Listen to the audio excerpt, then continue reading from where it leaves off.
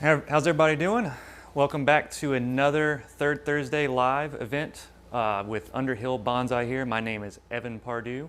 I am the nursery manager and also the bonsai artist on location here, I guess you can say. I curate and take care of all of the trees here, also develop trees that we grow in our field growing project. And we also have plenty of trees that are available for purchase that are anywhere from completely raw nursery stock material, Yamadori type material, very similar to this hornbeam behind me that I will be styling this evening.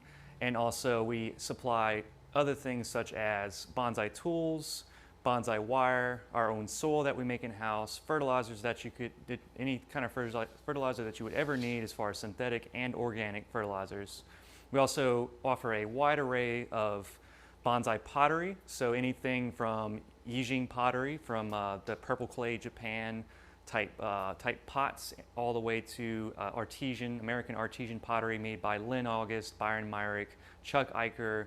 And if there's anything that you guys are looking for in particular, especially if you live in the Louisiana area, we can definitely get our hands on some pots for you guys coming. So let's talk about tonight's, I guess you're gonna say, like, it's more of like a large obstacle at this point, because this tree, you can barely see it in the frame here. I know we are only seeing probably about the midpoint. You're seeing about a third of this tree right now, but it's almost touching the ceiling and all the way to the floor with the jack stand type thing that I'm working on it with. This tree is it's an American hornbeam. It is Carpinus caroliniana. This is not exclusively a southeastern species. It actually has a very, very large range. They are even noted to be growing even all the way up into Canada. So they start from the tip of Florida and they can even exist all the way up into Maine, into the Canada territories up there.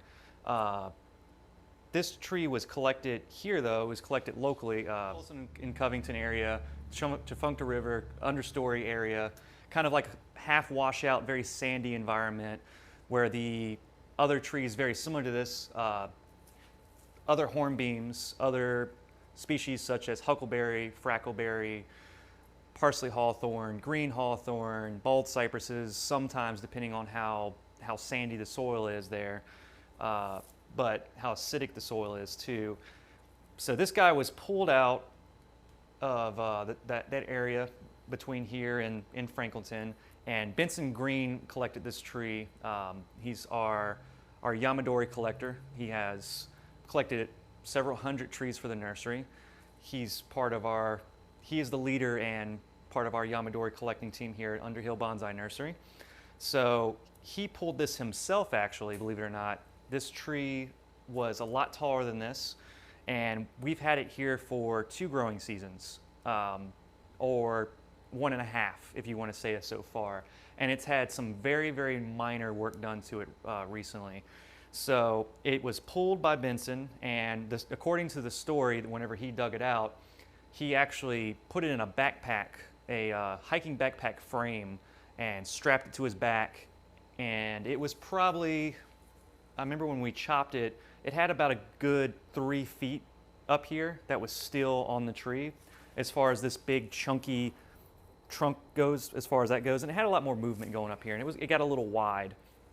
But when Benson had collected, there's a picture of it, you can see it in the newsletter, our most recent newsletter, of him having it on his back. And he said that not only did he have to go in there and spend about an hour or so collecting the tree, getting in and cutting a massive ring around the roots, chopping the tree down to an appropriate height, strapping it to his backpack, and as soon as he got it on there, he had to walk back to his car, and he actually kind of fell and tumbled over a little kind of like not a hill. We don't have much hills here in Louisiana, so it's kind of like just like a little area where it kind of washes out into like a little creek type dealy, and he fell down and actually got trapped with this tree for, he said it was probably somewhere around 30 to 40 minutes that he just had to catch his breath, because it was not just the size of the tree, it wasn't just the being exhausted from digging it, but it also had this hard compacted clay around the main base of the old taproot that he had to keep intact after post collection of this tree. Just made it that much heavier, and he estimated it to be right over 100 pounds. It just was ridiculous. So he did get back up. Obviously the tree's here, Benson's okay, but it was then washed and then completely, just the roots were completely reset on here, so we can get it into our nursery mix here, so we can generate new healthy roots in our really aerobic soil, so we can get finer roots closer to the trunk, because after it was collected, there was almost no fine roots around the trunk. And Doug was telling me a second ago that waiting for this tree to bud back out again was nerve-wracking, because it seemed like it just took forever. But when it did actually start going, I mean, all this up here, this is not just from that original cut, from that original chop when it was collected. This is actually this year, believe it or not. So whenever we start working on this tree tonight, I'm going to be concentrating on this new leader that just got really, really enormous right up in here. And we just kind of zoom in on that really quick, so you guys just see that leader right there. You can kind of see the wire marks a little bit. I had it wired to the other backside piece that's right here, so that I could stabilize it and also give it a little bit of movement. And you can kind of see it kind of wavers a little bit, but there are like some minor wire marks in here that are already almost completely have gone on. There's going on notice now. There's a little bit of a bulbous kind of thing going on, but there's not just one. There's 1, 2, 3 competing new leaders up here in the top of this apex. And you kind of go up and look into the top, see how far up this thing goes. And I mean, it goes to this strongest leader. It's nearly as big around as my thumb. So it's down here. It's gotten a very, very nice thickness to where we can actually look to do some carving on this and actually get good taper into this. From what has grown on the tree and the overall vigor and showing us how capable this tree is, I'm sure once we do some height adjustments on this, that we can really get this to push down below. And I mean, it's going to push suckers out of the roots. It's going to push probably a few shoots out of the bottom, but we're going to see if we can get a happy medium there. And if we do get a sucker pushing out of the root here, then we can just thread graft it easy. And this is one of the reasons why they call this tree, they call it American Hornbeam, but it has a couple of nicknames. And so musclewood is noted for the way that this right here and the way this root comes down. That's really what we're talking about, like going out into the woods and you see these trees that look like flexed arms out in the woods down at the bottom of the base, and they really do. I've seen some really impressive, just a lot of curvature in these, almost not like a bald cypress where you get the heavy flute and it goes into the tree, but more of a lot of movement in the trunks of these trees. Something else to be noted about this is that when Benson collected this tree, this was one of the things that was kind of stood out to him whenever he found it. Like, this right here is amazing. This is really good. Doug was telling me a second ago that he finds this right here. It's a little dirty right now, but you can kind of see it's got these bumps right here, and then it's got these pieces down here, and it looks like this. And he said it makes me think of a lion's paw, almost like the knuckles of some kind of animal. So instead of concentrating on this kind of like arch hollow kind of thing, which is really cool, and I don't think it takes away from the tree, but it's going to help us add depth to the overall design. And I mean, there's not a terrible amount of inverse taper, because it does kind of help out with this way that this vein comes down to this side right here and kind of comes out. So we were playing around with the front of this tree, and this was going to be one of the intentions, was this right here. This looks really, really cool, but I think by the way, if we rotate it, and seeing it on the camera kind of really helps with where I can kind of see that. But the front, right whenever that opening stops becoming so obvious, look at that like glorious base. I mean, that looks like it's I mean, reaching my hand across there, that looks like it's what, 16 inches, 17 inches across. It looks really impressive like that. So I think this is where we're going to end up for this tree. So one more thing before I start lopping branches off of here, I want to concentrate on this carve that we did earlier this year really quick. I think it's most visible from right there. Can you see it? Yeah. So this carve right here, this is kind of cut kind of like a, I guess you can call it like a V. Me and Doug have been calling it like a V carve, or it's kind of U-shaped, because with this tree, there's some obvious flare out right here where there's almost like a, I mean, it's not almost, there is inverse taper at this point of the trunk right here. So this V cut was cut into the tree to kind of gently carve it, to kind of set it up. Like I was telling you guys just a little while ago, is that this tree actually had about 3 or 4 more feet of thick trunk that went up. And I told Doug that it was like, he was debating whether or not we should chop it down. And it's just, by the growth rate of this tree, we could grow in a much better, much more desirable taper and movement into this.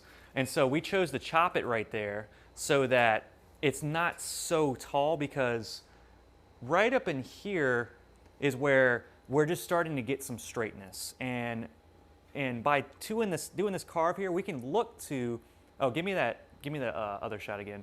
By doing this carve right here, we could look to take this bump out right here and carve down a little bit further and open this up and make this appear that there is a trunk here and a trunk here, like it's a double trunk kind of feature kind of going on. And that'll take out this kind of big, bulky block of wood right here.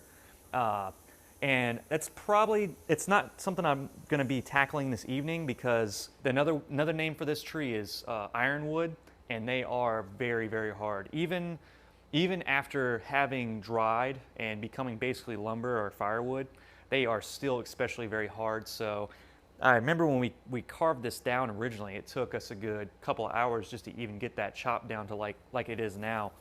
But you can kind of see there, let's see if I can get it around, where Doug went in and did the initial carving right there, and he left what I'm liking to call as a little bit of meat on the carve, just to account for any kind of dieback. And we didn't want to get too close to this new leader here, because it is very, very valuable to the design. We didn't want to lose this. If we lost this, then there could have been a possibility that the trunk would give up and die back. Hornbeams, especially American hornbeams, are very notorious for, when they're collected this big, that if you don't leave what I'm calling like a connection of living tissue between here and here in this wound, that it will be prone. Like if I didn't cut this, if this wasn't left, it would be prone to die back all the way down the trunk. And we're going to think about this tree in the design. It's not going to be your typical formal upright kind of thing. I'm going to treat this kind of like a big broom, like a big naturalistic kind of broom kind of feel to it.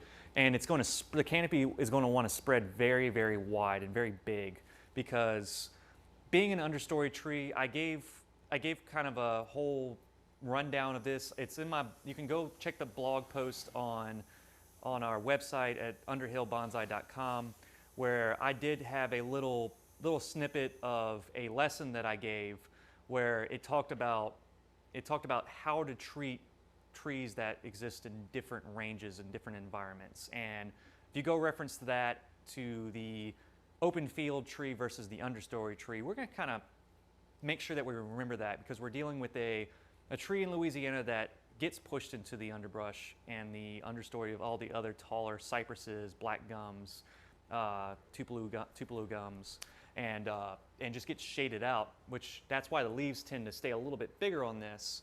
But this has actually gotten a little bit of leaf reduction.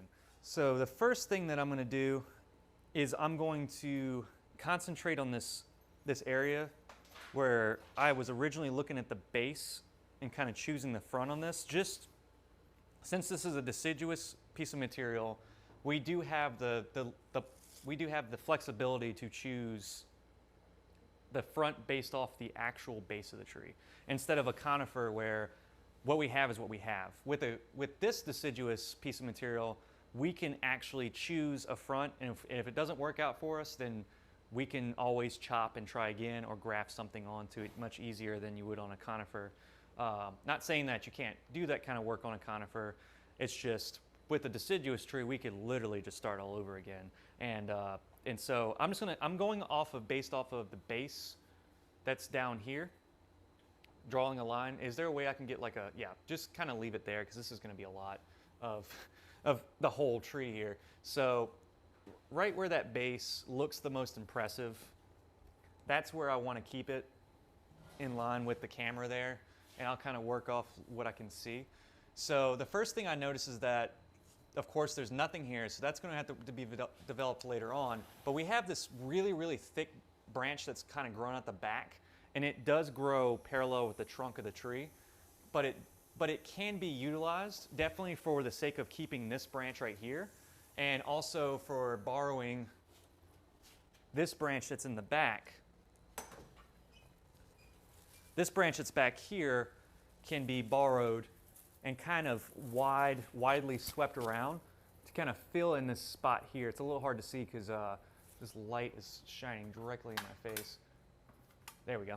So I can use this branch at a wide sweep and kind of fill in this void, but I don't see this as the final thing to do for this tree. If we never ever get lucky to get growth pushed here or accomplish a graft, it might be the best bet we got, because this branch right here looks all fine and dandy and all, but it is on this it's on this branch right here that has gotten really, really thick and long, and actually negates really, really far up, and is as tall as the other competing leaders on this tree. So the first thing I'm going to do is I'm going to bring it around. Yeah, I want to see that branch you're talking about. Yeah. I'm going to bring it around. Can you see that better? This right here. This tag actually bit into the tree right here. I'm going to take that off of there.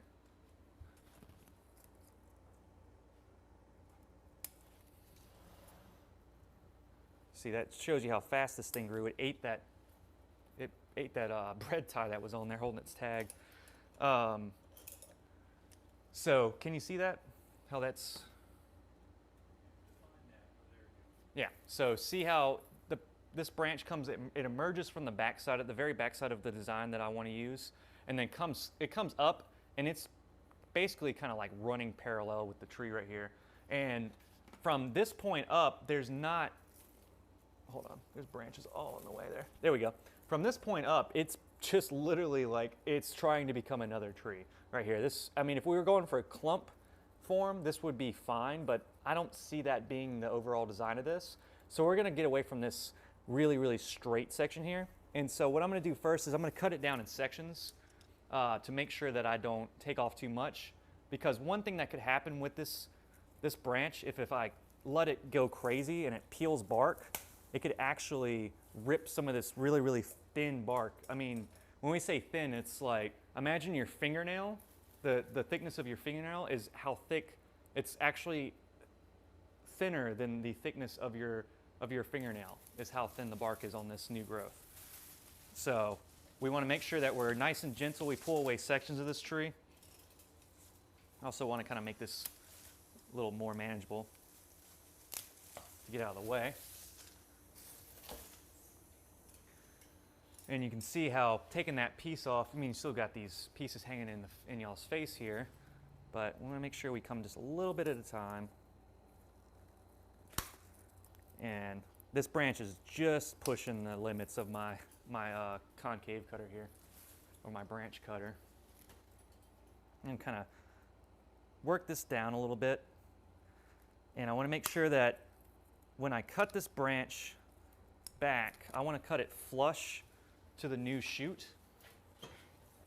So, is that visible? Yeah. So I want to make sure that I come to the back side of this and cut it nice and flush, so that when it starts healing, that the scar will roll over.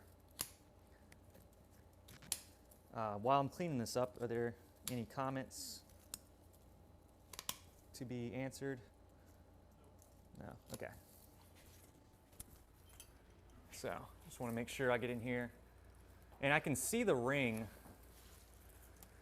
There's a ring of growth, not growth, but there's a ring, almost like I can't remember the exact terminology for it at the moment, but you can see where I cut this, there's going to be a point where this dies back and has a shoulder. I think that's the appropriate way to describe it, is there's a shoulder here that it's going to die back to. And I just got to make sure that I take out the majority of this, flush up to this new little branch. Okay, so this is nice and flexible. Any bending I do on it though is going to have to be very, very gentle because it's going to still be quite brittle. And something else that I need to address is going to be these. This is something I get questions about a lot after we collect material, or if we're trimming out a tree. If we have any little branches that kind of come out the bottom of a strong shoot or branch. Well, this is a strong branch like this. We want to remove these because we don't want to encourage anything to grow out of the base of a branch like this, because then it could, for instance, this here could really start getting boogieing with growth. And if it gets too thick too fast, it will in turn start competing with this bigger, thicker section here. And then the energy will basically push it and it will swell this up here, right? This will turn into a giant knot. And it is almost, it's got a lot of bark right here where it's kind of pushed out and grown very fast. So it is already kind of bulbous. So we don't want that to happen anymore.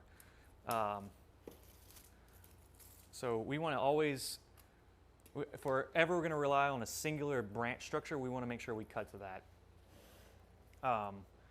And so since we're dealing with a deciduous tree with a sweeping structure, I'm not going to cut back super duper hard on this. I'm actually going to cut back and leave a lot of this really nice graceful branch, kind of like that we've already got going on. This branch is already nice and long. It is on-tapered in some sections where it kind of goes up, and the best choice right now is to cut it at this junction, at the alternating junction that's right here. And that's another thing that makes Hornbeam very appealing to work on, is that they have an alternating branch structure that makes it very easy to pick out branches. So we have the first bifurcation now, where these two shoots come out, and then we have the elbow, wrist, and then the hand up here. So we actually need to clear these out up here, closer to where this branch starts, so we can start building that. And it's going to be this is a big tree, so we're going to leave a lot of this on here. If we do want to grow out a smaller branch and cut back again and start this ramification process all over again, it is available to us because this is such a strong growing tree. Same thing back here. I want to make sure that I have a decent amount of length on here, and I want to cut back to a strong shoot too, like a shoot that has extended out and has a good growth on it. So, which camera? Okay.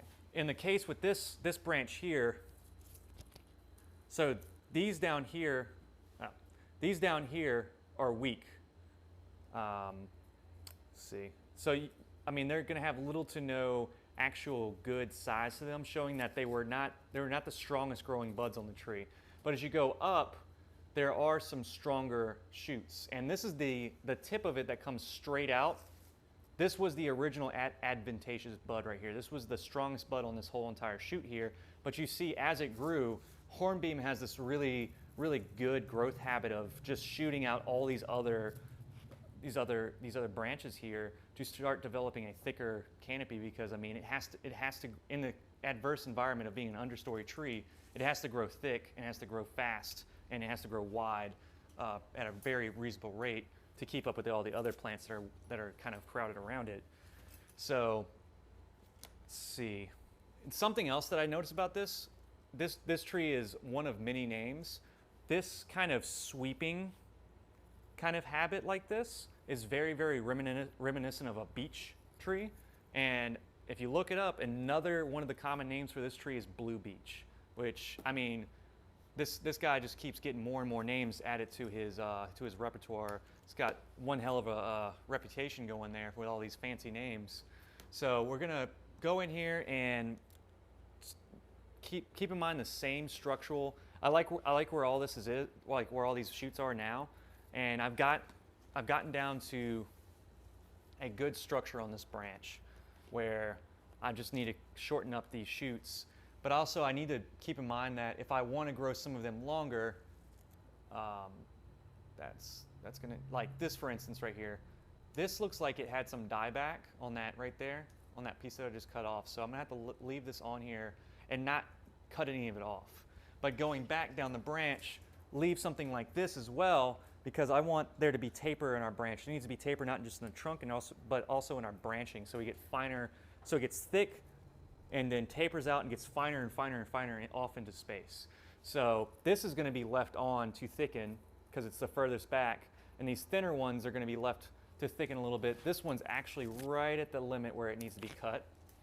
This is the new leader of this branch, so it needs to be actually allowed to grow a little bit further out so we can heal over this spot where I cut it back.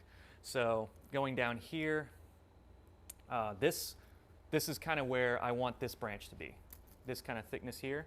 So there's this, and then there's a bifurcation here. Since this is an alternating tree, has an alternating growth pattern, I'm actually going to look at the buds on this. So we got a bud that goes this way, we got a bud that goes this way, and we got a bud that goes this way, and so forth. And there's a bud right here coming out towards me this direction, and I'm actually going to cut to that bud right there, so that whenever I cut this off, like I just did, it's going to react by budding back, and this bud is going to be the more important part of this branch, where it starts that directional shoot. And then you notice I left a lot of these buds on here because they can get damaged. The new growth can be kind of sensitive. So I want to make sure I leave some fresh buds on here, so that whenever this bud launches, the other one on the other side launches, is alternated, and then I'll have my next set of ramification pretty fast right there, and I can start setting up for building up the ramification of these branches. And let's see, for this one, I actually want to trim it back a little bit. This is a little obnoxious. This here is going to be the new center part of this, to build that out. And as we get out here, these shoots here need to be kept on to help kind of extend this out, and so that I can put wire on it easier and direct the growth of it. So I'm going to come up here, come down, create the next set of ramification on these, because they're further out and they're a little thicker. This branch right here has gotten very, very thick compared to the branch that's behind it. So I want to slow it down significantly and trim that off like that. And so it pushes it back, and it causes it to bud back finer further back in the tree right there. So that's basically how I clean up this tree as I go up the branches. But unfortunately, that is the only branch that's on the lower part of this tree that I can just clean up like I just did. So before I pay too much attention to this, you can't really see it, but there is that section of branching that was left back here so that it didn't die back. Before I can think about touching that and making adjustments on the height of that, I need to address the top first, so that how short I cut the top down is going to tell me how short to cut this down, so that I don't have them competing with each other, because there always needs to be an apex and a part of the tree that is obviously taller, the stronger part, so we can start showing the different levels and heights of the canopy, parts of the canopy of this tree. This is actually going to require a handsaw, because it has gotten to that point. So a very valuable tool to add to your bonsai tool bag would be just the regular old classic branch saw. You can get them at any store, any hardware store, garden center. Usually I don't bother sharpening this tool or going in and really worrying about it, because they're relatively cheap. They're not expensive, so you can just get a new one if it dulls up. This one's almost past its time too. This is my second one since working and collecting all these trees. So there's a junction right here where these these are the two heaviest competing branches on the top. And I want one of these to be my new trunk line, not just a hardened off branch.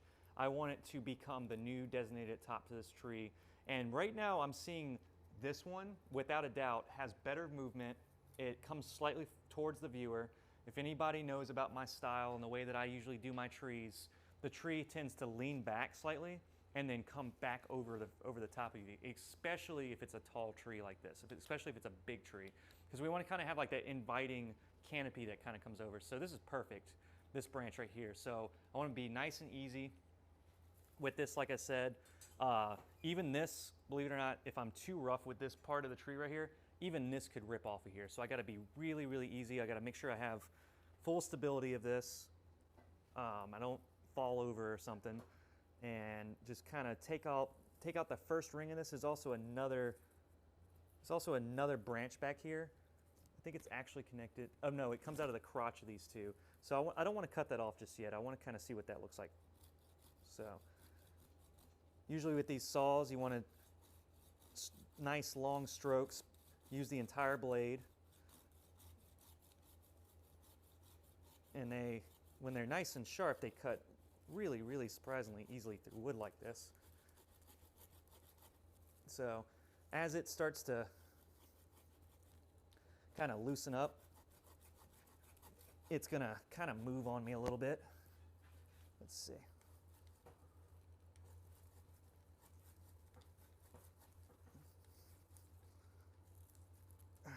And it's gonna start pinching. And another thing that happens too is that when we cut into the tree like this, there's a lot of sap right there. And so that sap starts kind of swelling into that wound too. And if you wait too long, then it'll actually get kind of congested in there and it'll pinch your blade. So it's disconnected, but I felt a part of it. There it is. There's a part of the bark that kind of came off and kind of came out like a ribbon. I want to make sure that I sever that and I can go back and clean it up with my regular cutting tool. Because if I were to go in there and just be like, oh, it's loose, and just yank that out, I could pull a stripe of bark all the way down this, not all the way down, but all the way down this tender part right here, and it would just kind of set me back a little bit and kind of put us in jeopardy of dieback.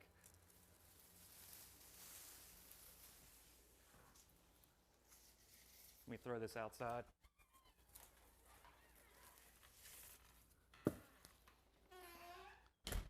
Okay. So now you can see we've come down here. I actually cut into this little branch just a little bit on there on accident.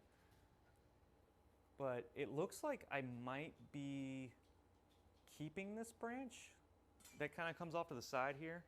It might be useful for the future of the apex building.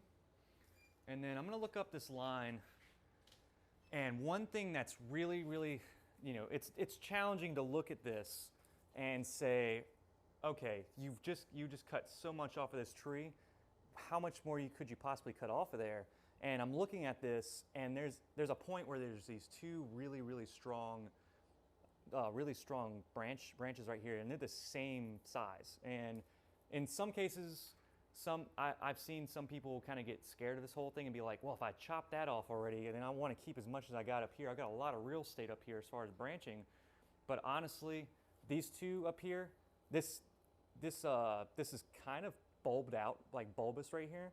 And hornbeams kind of do this kind of ribbon thing, kind of how you saw in the root down below, down here. And it does kind of have a part where it's wider and then it's thinner on one side. And I call that ribboned because it's kind of like a ribbon type kind of thing as it goes up the tree. And that's another way that it becomes muscly. So seeing muscle shapes up further the tree is not going to be an issue. It's just that if we have these two competing branches, we're going to start making a huge swell right here. Since I just took out one of the strongest leaders of the tree, I just got to decide which one do I not see it now. Like these are both reasonably the same size, but yeah, it is right now that you could see it from where you're at. This is actually a lot thinner, and it has better movement. So when I cut this right here, it's going to be a little bit of an ugly scar, but it's such a fresh part of the tree. This was grown. This mass was grown this year, so I have no doubts that this tree can rebound from that kind of cut. Really nice, clean cut. I can see like the heartwood of that, I guess, very well. It's nice and white. I can even see like the ring. It's like the growth on this tree is like, here's the first ring, and then the second ring is like right. This is it. This is how much growth it's gotten this year. This is a fresh start. This tree has never had this type of work done to it. It had a little bit of bonsai wire on these 2 leaders just to kind of make sure they didn't grow just perfectly straight. Give them some kind of interest. So one thing I want to do right here, this looks like it's a little bulbous, but this, I'm not going to cut this off because this will stay on the other side. This will help this not rot down right here. Hornbeams, you just got to make sure there's a fail-safe shoot whenever you're working on these trees. Otherwise, they will give up on one side. This branch here is emerging from this spot right here, right directly below where this new leader was grown. I'm actually fine with this for now because when I do all this carving and stuff, I'm going to need some more stronger branching and growth down here to kind of sustain this. But in the future, I more than likely will be removing it. I will be cutting this section of the trunk. We can go up a little bit just to kind of show them how pencil straight this becomes up here. Although I will be cutting a length of this off. And I know for sure, Velcro time, I know for sure that I'm not going to keep it this tall. So I'm going to come down in here and kind of decide on which one of these are stronger. Honestly, this is very, very strong. This is a nice, strong piece of growth right here. And that's where I'm going to cut it. So I'm going to cut it down to there. And I'm going to let this, in turn, run like the other piece was to rebuild the taper back there again. I'm going to cut it a little high.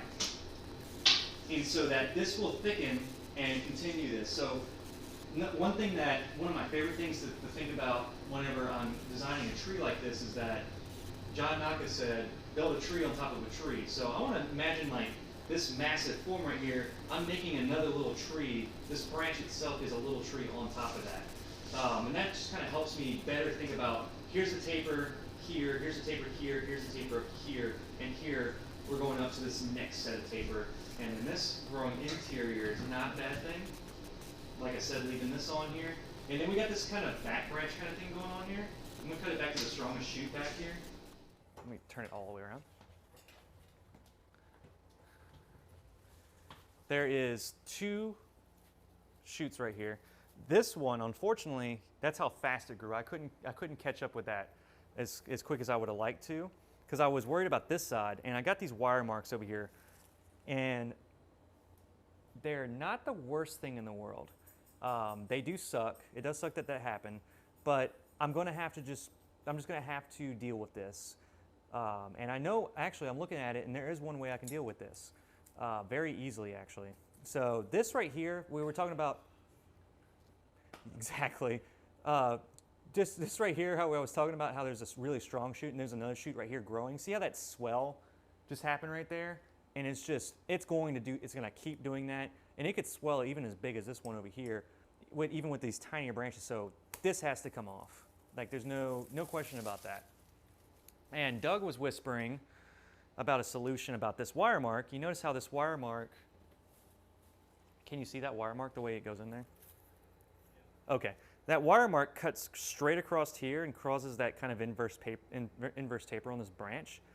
But it gives me a really clean opportunity to just kind of, it's almost like it's girdled straight into that area, and I can just cut very cleanly to that lower branch. And don't be alarmed. This kind of stuff has to happen in order to improve our tree. We're not trying to backpedal and solve issues that if we just made the cut now, it will heal from these kind of wounds, and in about 4-5 years time, you'll never even know that this happened right here. And I can see it from this camera angle. I can see one major, where's that guy at? Yeah, one major cut here. Yeah, go back to that again. I can see like all of our major cuts. One major cut here for the biggest branch. That cut I just made. There's a cut here I just made for this.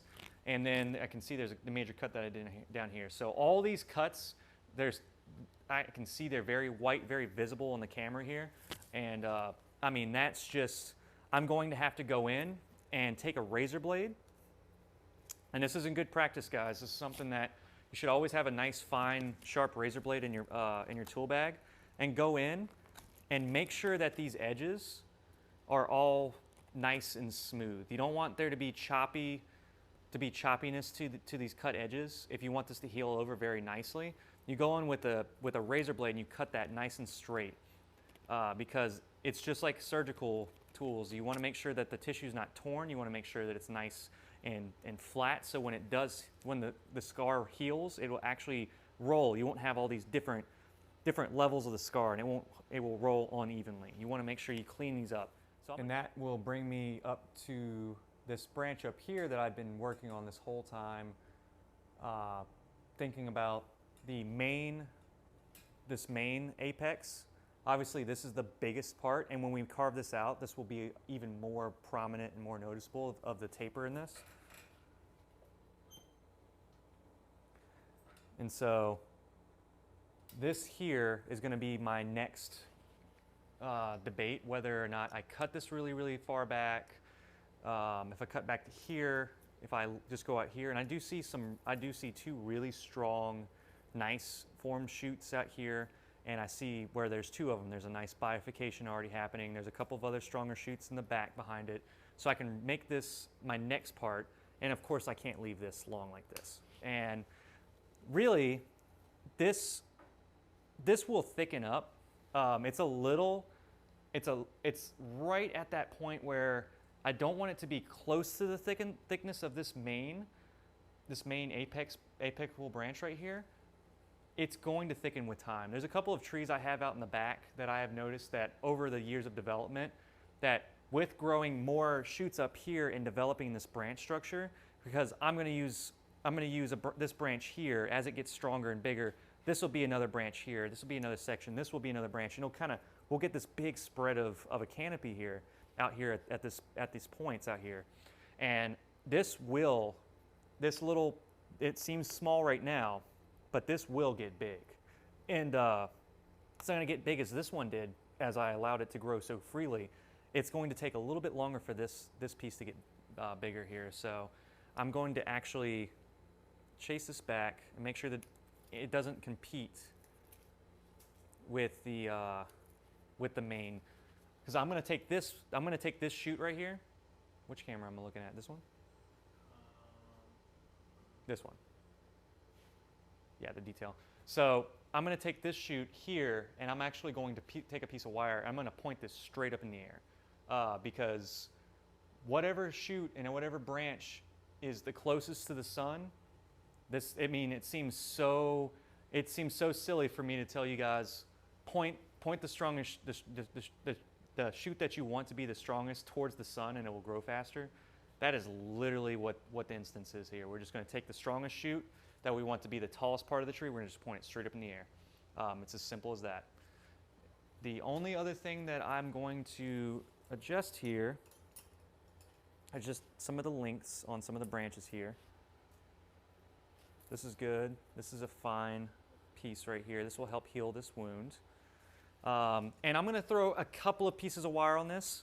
This is not one of those instances where I'm going to go in and wire every single little branch. It's just not necessary at this point. There's not enough branching. There's not enough tree. But if we turn it, you can start to see the beginnings, the very, very beginnings of the structure of this tree. And a lot of the branches on hornbeams, it's very, very obvious from the way that this right here is growing, how it kind of has that sweep downwards.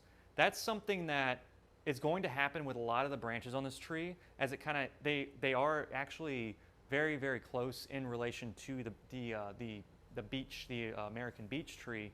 And so they do have that sweeping habit. And so I'm not going to rely on that shape right now. I'm building the bones and structure of the main branches, and then later on, as I get more character in the tree and more believable movement in those branches and build a tree out of this, then the branches and shoots that naturally sweep like that will just be such a great addition to the design of this tree. And that's one thing I'm really excited about with this tree is that I have another couple of American hornbeams. We sold one recently that had, thinking about it now, I had wired out a couple of branches, kind of the different planes, and made sure that they kind of pointed up on the ends like we're going to do here. But the branches that emerge from the bottom, they say to cut branches that grow straight down. Don't cut on a hornbeam like that, because what they're going to do is this. They're going to do this long sweep, and that's exactly what you want. You want a nice, long, graceful sweep on a hornbeam. So never go in and just start lobbing those branches off that go straight down on a developed piece like the other one we had. That's the great thing about operating the nursery is that we can always make another one, and you guys can always come and see what new trees we got. So I'm going to use a particularly heavy gauge of wire to bend this branch. There's no way I'm going to bend. So let me get the let me get some water first. There's no way I'm going to be able to bend this. There's no way. It's so big. My water's over there. It's so big that if I were to attempt to do any kind of bend to that, it would just snap right off of there. It would rip right off the side of the tree. So I'm going to leave that like it is, and I'm just going to wire this branch and this branch straight to each other so I can manipulate them. And I'm only going to wire these branches. So yeah, I'm going to step up and gauge a little bit, because I know that I'm not going to be doing any heavy, severe, like I'm not going to do like a 90, like nearly a 90-degree bend. It's going to be a sweeping bend, because just like the branches do on this tree, there is a lot of sweeping qualities to it. So we're going to just kind of follow that structure. I have any questions? Nothing? Okay.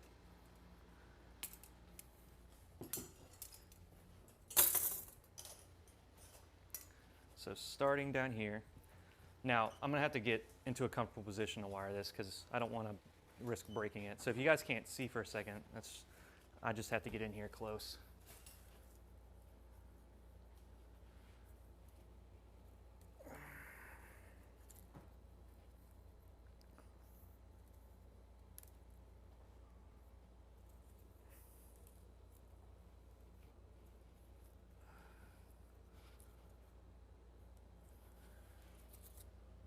There we go. And just like I always say, make sure that you find your two branches that you're going to wire and you anchor to both branches before you even start coiling up, because if this is dancing around over here, I don't want this. Last thing I want this to do is to rip off of there while I'm wiring this branch. So nice, even pressure. Walking my hand up as I wire this branch. Nice. Well, I did kind of, my coils are not super duper even right there, but, and if you end up with a little bit of extra on the end, that's not a bad thing. You don't want to end up with less, because then you don't want to, if you're going to wire, you want to wire with a purpose. That's what I always like to say. Someone's like, okay, what gauge wire do I use on this branch? I say, the branch, I gotta put my hat backwards, otherwise I'll bump the tree a whole bunch. I say, put what gauge goes on there, the gauge of wire that bends the branch that you're applying it to.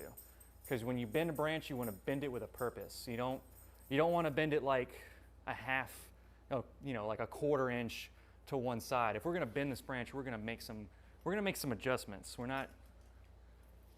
not doing baby steps when we put a big gauge of wire on like this typically. Okay, so I'm only worried about the structure of this branch. I'm not worried about going over here and really moving these finer branches. They need to grow first. And if I apply wire to them too soon, they'll be prone to bite into the wire really quickly. So with a wide sweeping motion, I'm going to bring this branch around the back side of the tree. Now make sure that I watch this collar right here, because it could rip right here very easily. So I'm not going to be bending in this section very much. If anything, it's just a twist and a curve. very, very gently to help this branch come around the back side of this tree.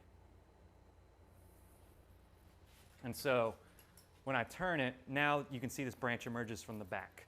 Let me see. I just need to look for myself because I haven't been looking at the tree from afar.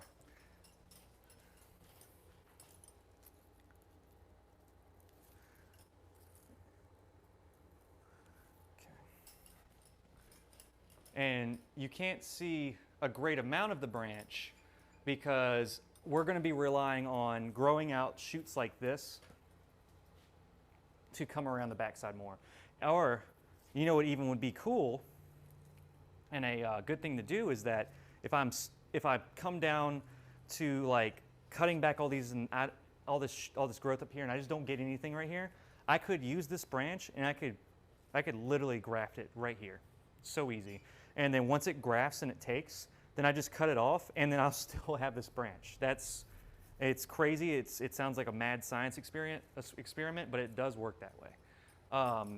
And so since this branch is lower, and this is actually a branch that I'm really, really gonna like on this tree, I'm gonna kind of drop it a little bit and give it some natural kind of movement towards the front here. Make sure that there's not any like super duper straight sections. And then always, like I say, point the end up. If you're gonna drop a branch on a deciduous tree, always kind of raise your elevation of your branch back up. And these guys here, they're still, you notice they're still very droopy. I mean, that's just the habit. And then this branch right here, it literally just points straight at the ground. So when I go in later on, once this develops more, we're gonna go in and we're gonna really, really work on these branches and make sure that they kind of come out like kind of towards me, like how I'm doing this here. I would guess like this right here. This is gonna grow down and then come out like this. So that's it. Believe it or not, there's not gonna be a whole bunch of wiring done there.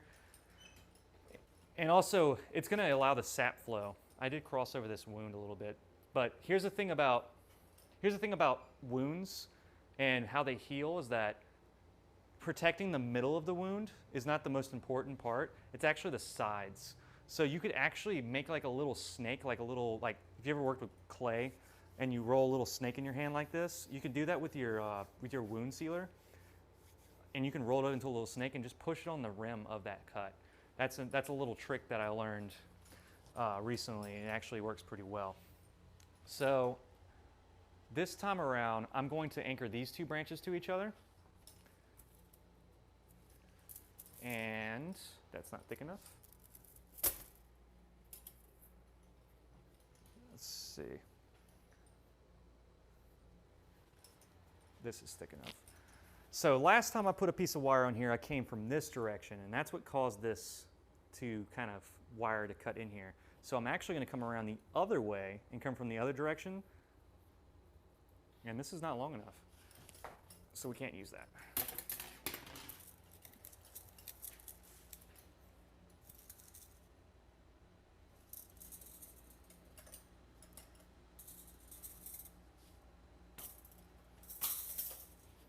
So in putting this wire on the other direction, so that if it does, bless you.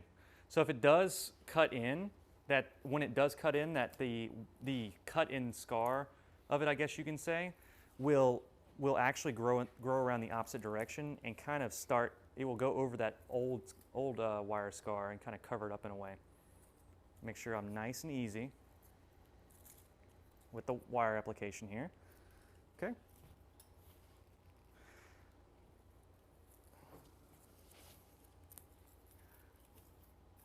All I'm worried about is the main part of this branch. I want to make sure that I got nice contact coming up.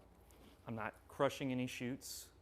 I'm going in between the alternating branches. Go. Come up here, come around the back side of this, catch it like that. Make sure you don't let your wiring practice get out of hand and let your both hands should be working at the same time when you're applying wire. Okay?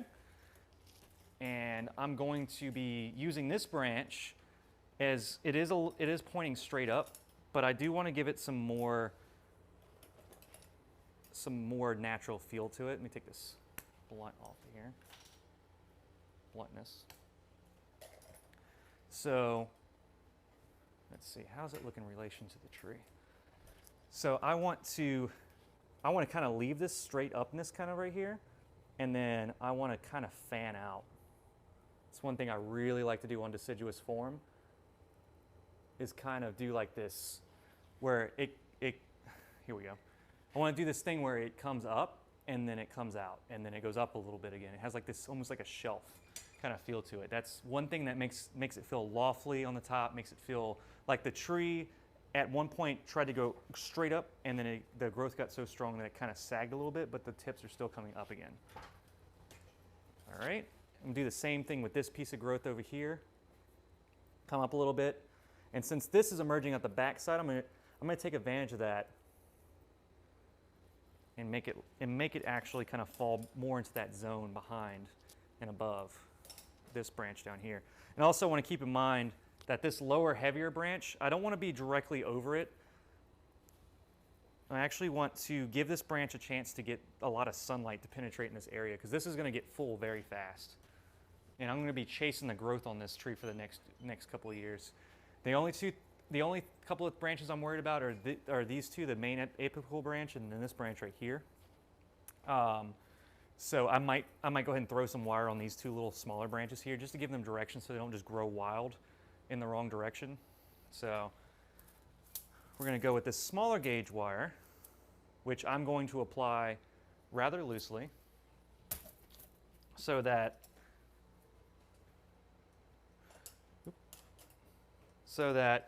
when it does start to grow rapidly, it doesn't cut in so hard. And I'm going to follow my wire the way that I applied this wire up here, so that I don't cross wire right here. I'm going to follow that other run of wire just right on it like that.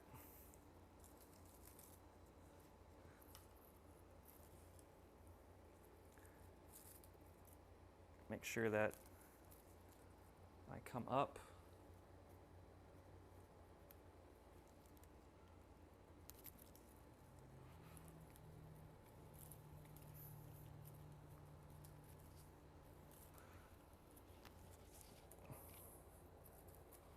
And I'm not worried about, I'm not worried about getting a lot of length on this shoot. I just want to catch it. And whenever you go towards the top of a cut like this, make sure you straddle the strongest part of it like that, so that you're not going straight from the thickest part of this shoot. I mean, the thickest part of this branch straight to the shoot, because you could crush the shoot at the same time. And I'm not trying to get to the end here. I'm just trying to grab the branch so I can direct it up into the air. And before I even go and bend that, I need to finish the wiring down here. I did not edit the length on this branch. I actually left it quite long, because I was going to let it heal up. Yeah, that can be cut off. Okay. And then I need to think about this branch really quick, because I need to edit this just really quick.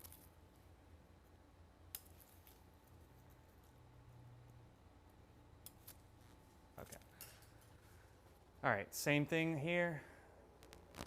I want to be very, very gentle with this. If you can show, just kind of go down to where this emerges, just how small this little branch is.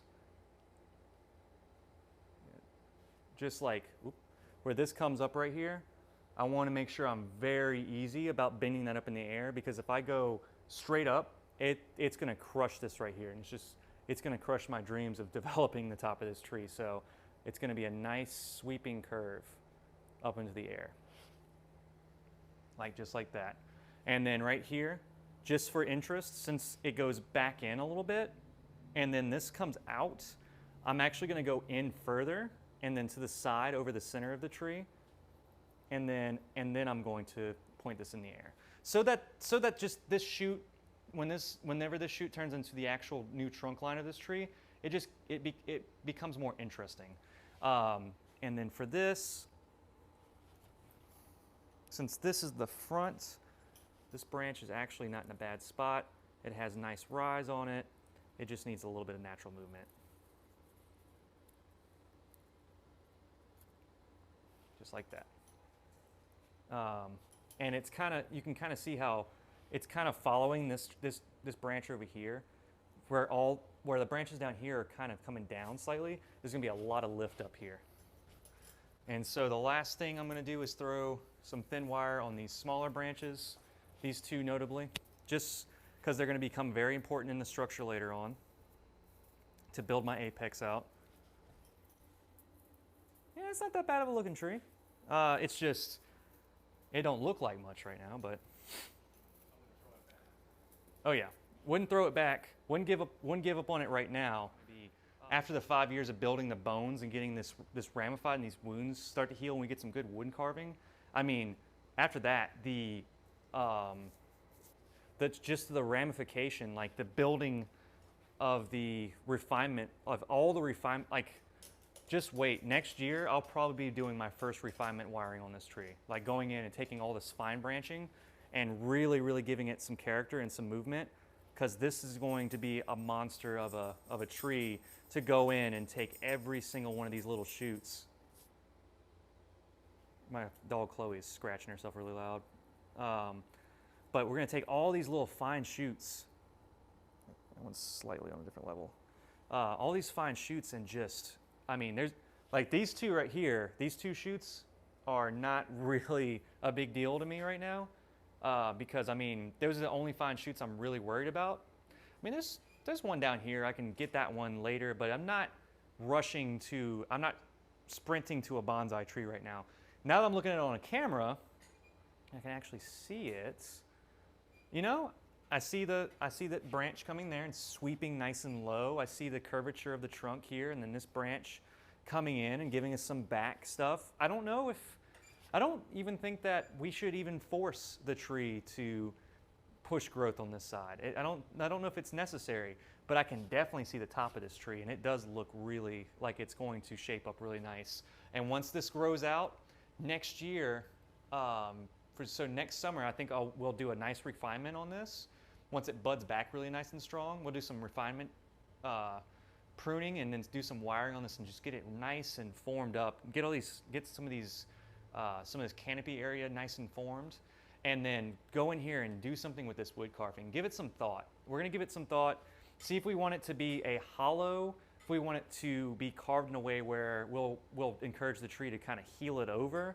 Doug has some really great examples of trees that he's carved on in the past where the wound is healed very nicely on this kind of cut. And I know this is very big, but I think our main course of action with a wound this large,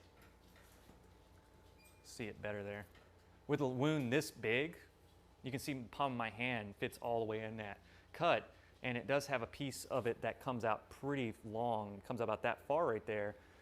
I think observing the way that this tree, how these trees grow, there's my friend Amanda that's come in, she came in from New Mexico, and she showed me a picture of a tree the other day when they went kayaking, and she showed me this one tree that had this just big, massive hollow all the way into the tree, and you could see into the tree. You can walk up to the tree and look down and see the ground into the hollow of the tree. This is not going to be, it could have some hollowing like that could be suggested later on, but it could be part of the embellishment of this wound where there could be that big, nice hollow, but then the tree will roll and heal, and some of that will be a nice heel scar, and then the leftover remnants that I'm not going to fight to really like get this tree to heal every single wound that's ever been made to it.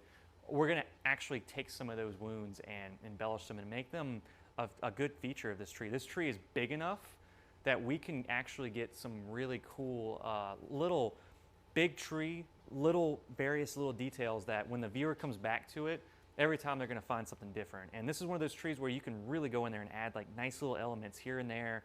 This Nabari is not very appealing, and there are big chunks of dead pieces of the Nabari right here. I cut this wire that was holding the trunk in the pot or the tree itself into the pot. And you can see there's a little bit of a wire mark there actually because the tree's been growing so strong on this side. So there are very viable, very strong roots here, but right at the ends here, they're actually where they were bluntly cut. These were such large roots that they rotted away. And so you can kind of see here, like I'm peeling some of the bark off. And I know this branch kind of points off into this like area over here, but instead of allowing this to kind of stay this way, I'm actually going to be I'm going to take it back and kind of embellish it into like a deadwood feature.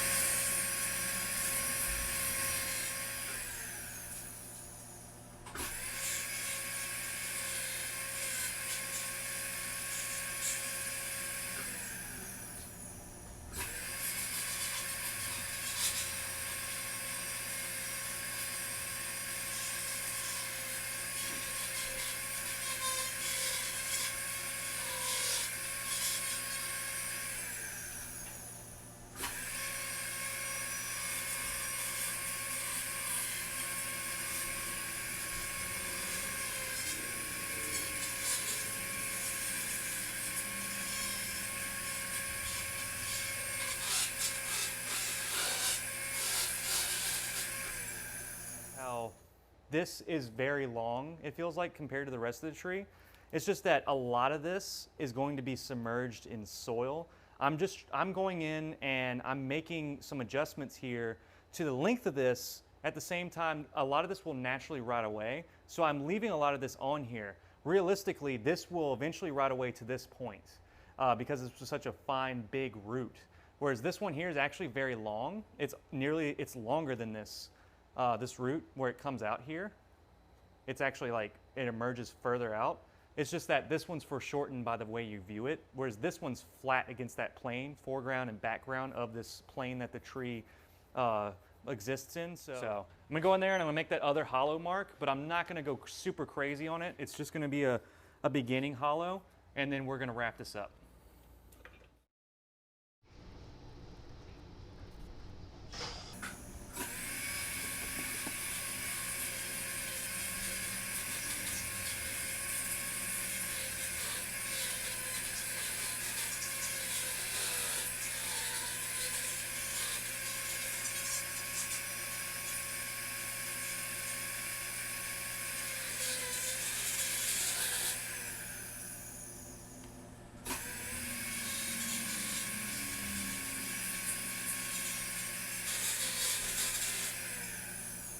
So this is something that I've been doing on all of our trees that are deciduous and occur in, let me get this. The light is really, really awful right here. Okay. A lot of our deciduous trees that kind of grow down in areas where water tends to sit on them for a long time, their deadwood actually is not white. It's actually kind of like a grayish all the way to almost a black color. And hornbeams, we have one that's collected that I will be doing work later on as well. It's another large piece like this. There's one side of the tree where it's completely a deadwood hollow and all of the wood is black. It's just so dark. And so what I'm doing here is I'm charring it and it's going to get rid of all the little fuzzy, pieces that came from the carving. You notice I left some bark on here too. That's another thing that with deciduous trees that you'll see pieces of bark. And we just want to let that bark that's left on this deadwood weather a little bit. It gives it a little bit more of a natural feel to it as well. And I want to make sure that when I'm hitting this, I don't want to hit it to this part where it's completely charred black because it will darken up by itself in time. But I can concentrate on this center, like this hollow a little bit more, just to encourage it to be darker than the rest of the tree to give it some depth. But this will also kind of help the rest of the moisture escape from the wood, and we'll prep it for where it's a lot more porous. It raises the grain, so the grain is going to rise of the wood too, and it's going to quicken the process of that old age kind of look to it.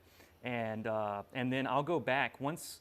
So it's kind of a process I find to be very fun with developing deciduous structures with deadwood features in them like this, is that you carve it to where you think you want it, but you leave extra wood, because what you want to happen now is you want that deadwood to develop and to start to rot away naturally, and then right when it's right at that point where it is like at that finest point where you're like, this is what I feel like this deadwood, it feels very natural, it feels good. You're gonna stop it. You're gonna stop the deadwood rot away. So like I said, this down here, these are gonna start to rot away, and it's gonna break away and have a more natural feel. This hollow is going to kind of rot in slightly more. And once I get to that point, I'm gonna go back with wood hardener, and I'm going to capture that, I guess you can kind of say like a mold of the deadwood that I want.